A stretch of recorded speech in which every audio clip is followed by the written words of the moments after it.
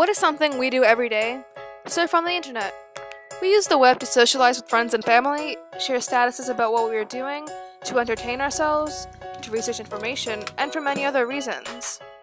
But can you believe that if Larry Page and Sergey Brin did not meet at Stanford University, the internet would not be as productive as it is right now? If these two computer geniuses did not meet, the international multi-billion-dollar company known as Google would not have changed our lives or even existed.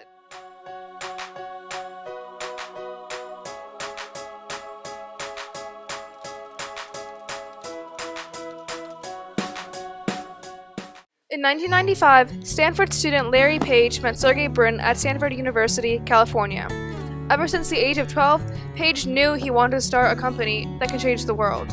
As a child, Brin was always at the top of his class in science and mathematics. He and one of his friends began to devise artificial intelligence programs and softwares to simulate gravity on an early version of a Macintosh. Larry and I first met when he came to visit during the PhD recruitment weekend, which was, he started a couple years after I did.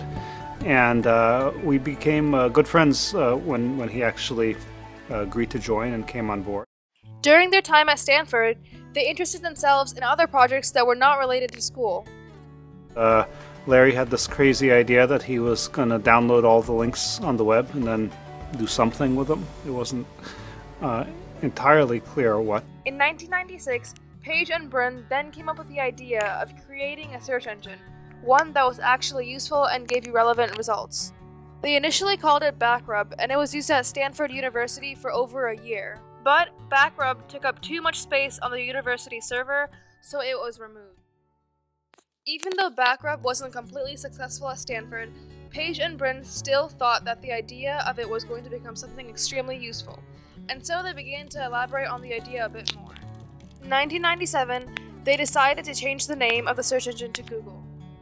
This name is a play on words for the numerical term Google, the number 1, followed by 100 zeros. This pun is meant to say that Google is a way to organize an infinite amount of information on the internet. In September of 1998, Google set up their first ever office in a garage at 232 Santa Margarita, Menlo Park, California. Little did they know that in 1999, their tiny workspace will be moved to 165 University Avenue in Palo Alto. Then later that year, they moved to their first Mountain View location, 2400 East Bay Shore. But in 2004, they finally moved to a new, enormous building that became their headquarters and became known as the Googleplex.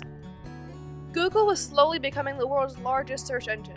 It was a whole new way to research and organize information on the web. It was also becoming an international company. By 2000, Google.com was available in 26 languages around the world. The release of the search engine, Google, was a turning point in history because it revolutionized the way people use the web and how they communicate with each other, by coming up with quicker, more accessible ways to look up information online and more efficient methods to contact anyone around the globe. But it didn't only change the way we search topics. Some might agree that Google might have even saved the internet. Before the search engine was released, there weren't many other engines existing. The ones that did exist at that time, such as Alta Vista and Yahoo, were not very reliable. When someone would search up any topic, irrelevant and trashy websites would come up, and in short, the engines were somewhat useless. Web activity was very low due to the lack of organization. After all, what use is the internet if you can't even find what you're looking for? But when Google came around in 1997, though it took a while for some to become familiar with the website, internet activity took a sudden increase. Companies bought advertisements on Google, and their revenues skyrocketed. Another of Google's successes is Google Images. In 2001, Google launched Google Images, giving access to over 250 million images for free. This again raised internet activity even more, because whenever anyone searched up a topic, related images would come up too, and that attracted plenty more users. Google also changed the way we contact with each other. In 2004, Google released Gmail, an email site that soon became available on mobile phones in 2005. And in 2006, Gmail Chat was added to the site, allowing members to instant message other members right from their smartphones. In 2005, Google Earth was released.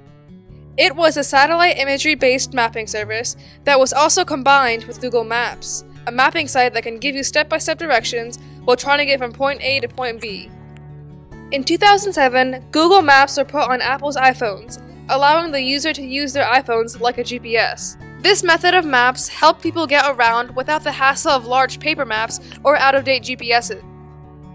In October of 2006, Google purchased the video sharing site known as YouTube for $1.65 billion. Right from the start, they started to look for ways they can improve the site. They started to adjust the ranking of the videos on YouTube to reward engaging videos that kept viewers watching. This led to a sudden increase in viewers too. Google has made many amazing economic impacts. Their search and advertising tools helped more than 1 million businesses around the world. Not only did Google revolutionize the internet, but it also contributed to many worldwide challenges, such as the challenge of supplying clean water to more people and advancing anti-poaching efforts to protect endangered species. Google donated $5 million to causes they truly believed in. These donations made a lasting impact on the research and the development of these causes. One of the causes Google believes in is the cause to reduce our carbon footprint. Google has also made lasting impacts on renewable energy companies. They enter long-term, large-scale contracts that give clean energy providers the financing they need to build newer, clean energy products. Founder of Facebook, Mark Zuckerberg, once said what he thinks Google is during an interview. Since Larry Page met Sergey Brin at Stanford University, to the present, where Google now employs over 21,000 people with more than 70 offices in more than 40 different countries. They saved the internet from becoming useless, they changed the way we travel, communicate, and they continuously work to improve worldwide challenges. In short, Larry Page and Sergey Brin, and the product of their genius, Googol.com, has always been a part of our daily lives, and it revolutionized technology's history.